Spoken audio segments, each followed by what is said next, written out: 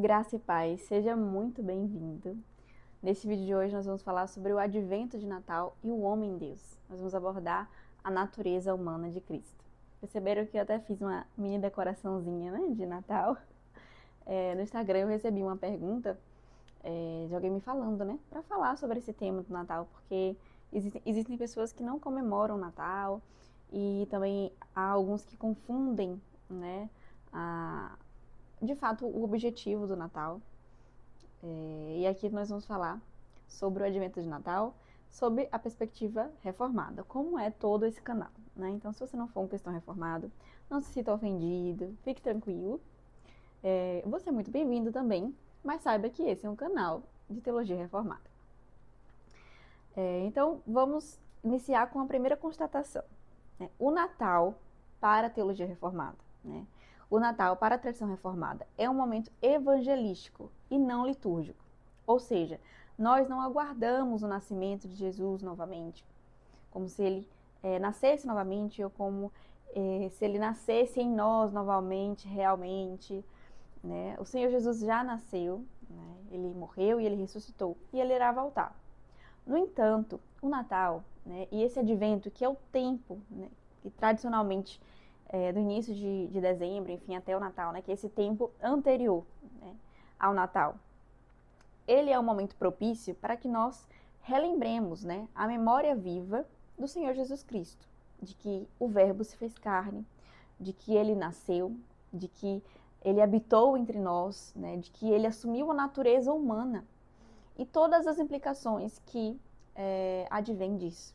Então, é um tempo extremamente propício para que em nossos lares nós, de fato, preguemos a verdade do Evangelho, nós rememoremos as verdades do Evangelho e também para os outros que estão próximos.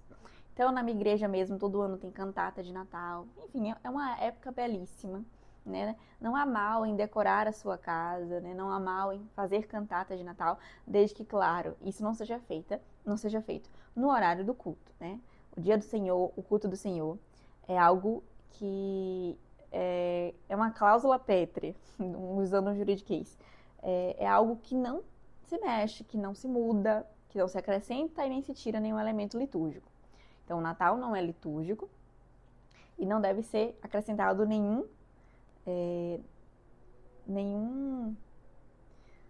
acréscimo litúrgico ao culto do Santo Domingo em benefício de uma comemoração de Natal, né? Tanto é que essa cantata que todo ano tem na minha igreja é feita em um dia que não seja o dia do culto do Santo Domingo. Então, eu quero trazer aqui o resumo de que por que o Advento ele não é considerado um evento litúrgico, né? Portanto, obrigatório. Porque não há na Escritura nenhum mandamento, né, que obrigue essa observação das semanas preparatórias para o Natal. Então, por isso ele não é um preceito litúrgico obrigatório para nós reformados. Mas, como eu disse, é uma época muito propícia para que nós recordemos da realidade gloriosa que foi a encarnação do nosso Senhor Jesus Cristo, né? Como eu disse, de todos os desdobramentos que vêm com isso. Então, como eu disse, não esperamos o nascimento de Cristo, porque ele já nasceu de uma vez por todas, mas nós relembramos o nascimento e o que ele significou. Então, o que significou o nascimento de Cristo? O que significou a encarnação do Verbo, né? Deus assumiu carne, o Verbo se fez carne. A encarnação é o milagre central da fé cristã. E é sobre isso que nós temos que meditar nesses dias de Advento, ou seja, os dias preparatórios para o que nós comemoramos, né, socialmente como o Natal, né, como o nosso intuito evangelístico reformado. Então, poucos temas são tão centrais na fé cristã quanto a encarnação. A Confissão de Fé de Westminster resume, no capítulo 8, da seguinte forma: o Filho de Deus, a segunda pessoa da Trindade, tomou sobre si a natureza humana, com todas as propriedades essenciais da natureza humana, e contudo sem pecado. Olha que bênção, que milagre. Então vamos destacar aqui alguns pontos que essa declaração da nossa confissão de fé nos faz, né, meditar. O primeiro é que Cristo assumiu uma natureza humana completa, né? Então, Lucas 2,7, João 4,6, João 11,35 diz e nos mostra que Cristo assumiu um corpo verdadeiramente humano. Então ele nasceu, ele cresceu, ele cansou, ele comeu, ele chorou. Ele também tinha uma alma racional verdadeira. Ele se angustiou, ele se admirou, ele sentiu profunda tristeza, né? Mateus 26,38. Ele tinha emoções reais e santas. Então ele tinha amor, compaixão, indignação justa. Veja como meditar sobre a encarnação, sobre o milagre da encarnação, muda todo o sentido do Natal, né? O Natal não é nem litúrgico, nem uma data puramente comercial. Ele é um momento propício para o evangelismo.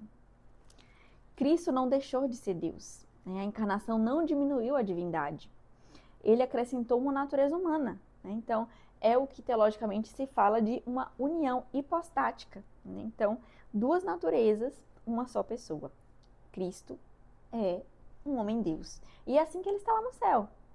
Ele ressuscitou com seu corpo glorioso como homem. É um homem-deus e intercede por nós, que também é um dos desdobramentos, né, da encarnação. Então, como diz a confissão, ele assumiu todas as propriedades da natureza humana, mas não assumiu a corrupção do pecado, né? Cristo não pecou, porque ele ainda é Deus. Ele é Deus. Então, a Bíblia diz em Hebreus 4,15 que tentado em todas as coisas a nossa semelhança, mas sem pecado. Então, algo assim que é belíssimo também, que, nossa, pensar sobre isso, para mim, é também o ponto central do Natal. Pensar sobre o milagre da encarnação e pensar sobre o desdobramento da natureza humana de Cristo. É culminar no ponto de que Jesus foi um homem de dores. Então, quando falamos da humanidade real de Jesus, nós não podemos negligenciar esse aspecto maravilhoso, né? Que ele foi um homem de dores. Então, o profeta Isaías, séculos antes, e aí eu me impressiono como alguém consegue olhar para a Bíblia e duvidar. Porque veja que o profeta Isaías, séculos antes, escreveu exatamente sobre Jesus, falando que era desprezado e o mais rejeitado entre os homens, homem de dores, e que sabe o que é padecer. Isaías 53:3. Isso não é poesia, simples poesia, sabe? Isso é cristologia. É realmente uma bênção, meus irmãos, meditar sobre isso. E são sobre esses pontos que eu convido você, meu irmão, a meditar nesses dias, né, que antecedem o Natal, com a sua família, com os seus filhos. Então, quais foram as dores, né, que a gente pode perceber que o nosso Senhor Jesus Cristo sofreu? Então, ele sofreu dores físicas, né? Fome, sede, cansaço, lágrimas, o peso da cruz, a coroa de espinhos, a morte real. E as dores emocionais também. Ele foi rejeitado pelos seus, traído, abandonado pelos discípulos muitas vezes, né? Incompreendido por seus familiares. As dores espirituais, né? Aqui está o ápice, né? E aqui é um ponto muito importante, que o Natal também, né? E aqui a gente não vai bater parabéns para Jesus, né? Tem gente que, o Natal é aniversário de Jesus, até bate parabéns. Eu acho que isso extrapola o ponto evangelístico, né?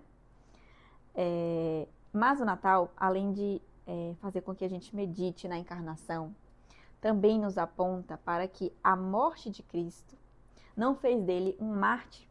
Cristo não foi um simples mártir. Ele carregou a culpa do pecado de todo o mundo. Isso não é um simples martírio, né? Isso é a salvação concreta para a nossa vida. Então, Isaías 53 diz, o Senhor fez cair sobre ele a iniquidade de todos, novamente isso escrito séculos antes da crucificação. A confissão de fé reforça que ele sofreu as dores mais terríveis da alma, como o nosso substituto. E aqui está o principal desdobramento da encarnação. Cristo, Deus, precisava também ser homem para ser o nosso substituto. É por isso que não tem como ter outro mediador. Não tem como você buscar em qualquer outra pessoa, qualquer tipo de mediação que leve a Cristo mesmo ou a Deus. Não tem. Quando você entende a natureza humana de Cristo e você põe o seu coração reverente em frente a isso, você entende que não há outro caminho, não há outro mediador, não há outro intercessor, e a Bíblia testemunha isso a todo momento. Porque só há um único homem, Deus, que padeceu as nossas dores, que morreu como nosso substituto e não pecou. E tão somente Ele pode ser o nosso mediador e intercessor. E a Bíblia é muito fiel. O testemunho da palavra é muito fiel para nos apontar a isso. E o Natal também é um momento propício para que nós relembremos e nos apeguemos com reverência a essas verdades. Aí a confissão de fé também diz, né? Nos aponta para que a humanidade de Cristo não é um acessório da salvação, mas é a causa da salvação.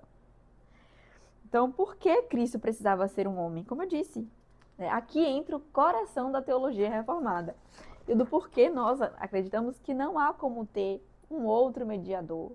Não há como ir para Jesus pelas mãos de outra pessoa, a não ser Ele mesmo, que é o caminho, a verdade e a vida. Né? E não há como ir ao Pai, a não ser por Ele mesmo, como Ele mesmo diz. Então, Cristo, Ele precisou ser homem para ser nosso representante, como eu já falei. Né? Assim como o primeiro Adão nos representou na queda, e a Bíblia diz que o pecado entrou no mundo por meio de Adão, e por isso todos nós nascemos, né, caídos, né, decaídos, nós nascemos em pecado graças a Adão. Por Cristo, que foi o último Adão, nós temos a obediência perfeita, que nos garante a salvação. Nele, nos méritos dele, e não nos nossos. Então, Romanos 5,19 diz que pela obediência de um, muitos se tornarão justos. Então, como eu disse, Cristo se tornou homem para ser nosso representante e também o nosso substituto. Né? Só um verdadeiro homem poderia morrer, né? E a morte que os homens mereciam. E também ele, para ser nosso representante, nosso substituto, e também para ser o nosso sumo sacerdote compassivo. A Bíblia diz em Hebreus 2,14 e 18, em Hebreus 4,15, que afirmam que Cristo precisava compartilhar nossa natureza para interceder por nós, foi o que eu já disse. Né? Ele não intercede de longe. Ele intercede dizendo, eu sei o que é ser humano. Eu sei o que é padecer, mas lembrando que sem pecado. E é por isso que ele é o nosso grande e único intercessor. Então, tudo que Cristo assumiu, ele redimiu. Né? Nossa esperança não é escapar do corpo, é a ressurreição do corpo. Porque Cristo se fez carne. Então, a Bíblia também diz que quando Cristo voltar, ele nos dará um corpo glorificado, tal como o seu. Então, tudo o que Cristo se tornou, ele redimiu. Ele se tornou homem e ele redimiu a natureza humana e irá nos redimir quando ele voltar. Nossa esperança eterna. E o Natal, novamente, também é um momento propício para esse evangelismo. Né? É uma memória viva de que Jesus vai voltar. Então, por que o advento importa? Né? Esses dias preparatórios, aqui eu estou com o meu roteiro de cada vídeo. Esses dias preparatórios do Natal, né? Ele importa para nós reforçarmos, né, esse mistério da fé que foi revelado em Cristo Jesus. Né? O eterno entrou no tempo, o infinito entrou em limites, o Criador entrou na criação, Deus entrou no ventre de uma mulher, Deus se fez bebê, nasceu em uma manjedoura. A Bíblia diz que o Filho do Homem não tinha onde reclinar a cabeça.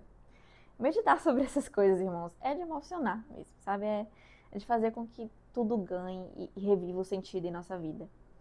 Então, nós não celebramos mitos, sentimentos difusos, magia natalina, né? Nós celebramos o fato histórico e teológico central da fé cristã, que Cristo se fez homem, né? Deus se fez homem para salvar pecadores, como diz 1 Timóteo 1,15. E cada vez que nós relembramos isso, a nossa fé ela é fortificada. E eu convido você a fazer essa oração também, para que o Senhor fortifique e aumente a sua fé, para que você tenha a capacidade de admirar essas belezas espirituais. Então, quais são as aplicações desse tempo de advento para nós hoje? Né? Que Cristo entende você, meu irmão. Cristo passou por todas as dificuldades que você passa. Ele é nosso exemplo perfeito porque ele não pecou. Mas ele sabe quais são as nossas dores. Por isso ele intercede perfeitamente por nós. Cristo santifica a sua humanidade. Né? Então, tudo que somos, corpo, alma, emoções, podem ser apresentados sinceramente a Deus. Porque através da obra que o teu Santo Espírito, que é o Espírito que o Senhor nos deixou como Consolador, através da obra da santidade que Ele opera em nós, Ele santifica a nossa humanidade. Nós podemos viver uma humanidade santa, ainda que neste mundo caído, ainda que não de forma perfeita, porque ainda não temos um corpo glorificado.